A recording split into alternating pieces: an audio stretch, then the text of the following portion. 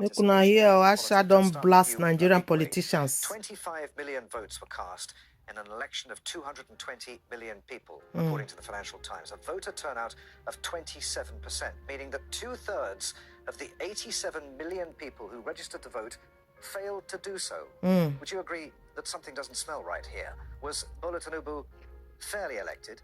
Is he Nigeria's legitimate president? He's not Nigeria's legitimate president. You guys know that Nigeria is a corrupt country, lawless country. It's not a reflection of this past election was rigged. You people saw it. The whole world saw it. America saw it. UK saw it. The register, the party register, and the percentage of people that came out. And that's to say there's a need to actually look at that register and be sure that the people who are claimed to be registered, they're actually human beings who are registered and not just fictitious numbers.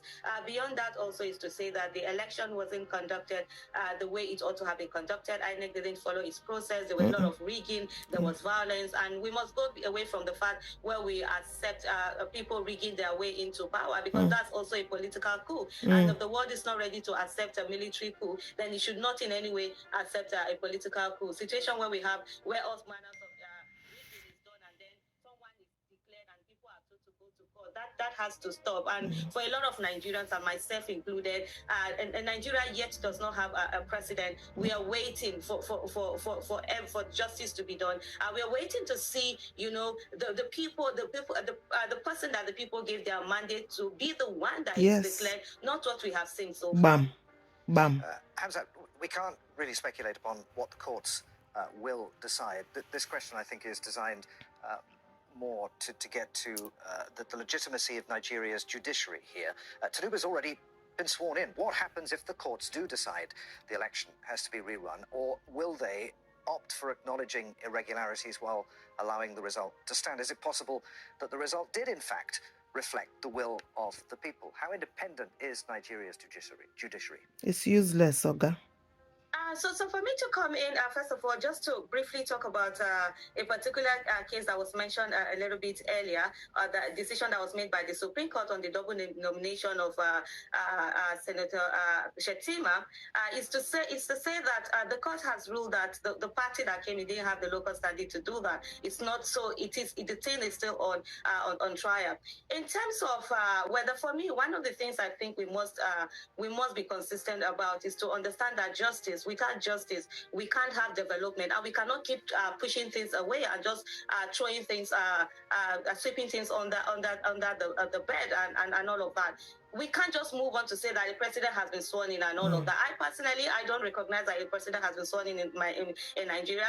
Not my president Buhari, not my president Tinubu, and definitely we need to get to a place where we are not giving people enabling environment to use everything to rig themselves into power and then legitimize themselves because they go on. This acceptance has been what has kept Nigerians down, and we must ensure that, first of all, let's work on getting that justice. But he didn't get the highest number of legal votes, and that's in contention. And if we keep moving on, we continue to create enabling environments for people to do heinous things for them to get into power. We must consider political coup in the same way that we consider military coup.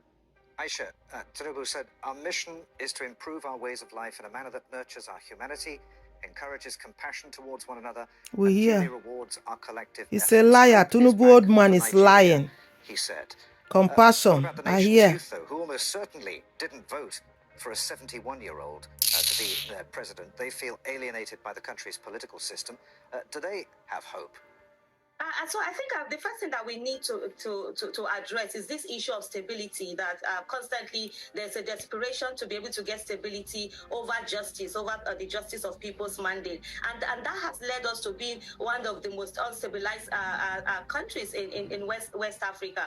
A lot of atrocities have been going on, a lot of killings and maiming, like had been mentioned by the previous speakers. And so we must come to a place where we are confronting the issues as they are. We all live in Nigeria. I live in Nigeria. Every of my investment is in Nigeria. My family is there. I'm here temporarily or something. I'm going to be back in Nigeria very soon. But the issue where we want to sweep away this and just continue has gotten us where we are. And like you rightly mentioned, this is someone who was not voted for by the majority of the people.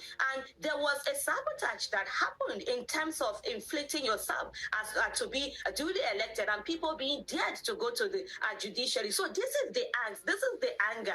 The young people that have no confidence in the country, that have been killed repeatedly, that have been denied enabling environment for them to grow, decided to do what was legal, to work within the ambit of the law and go to the polls and, vote for someone they wanted. And that process needed to be allowed to happen fully and in a free, fair, and credible manner. And whatever the result it throws up, then so be it. But a situation where you're saying direct rigging, crude rigging, killing, maiming, changing of results, and someone being declared, there is no way you're telling people to move on and have confidence in such a system. And there's no way. There needs to be the acceptance of the people. So let's not be too in a hurry to crave for this stability that we've been craving all this while, that has thrown our country into chaos. The system, when like someone said, if somebody wants to be called excellency, you must ensure that the process that brings you into office must be excellent, must be free, fair, and credible, and must be seen to be free, fair, and credible. And that's where we are.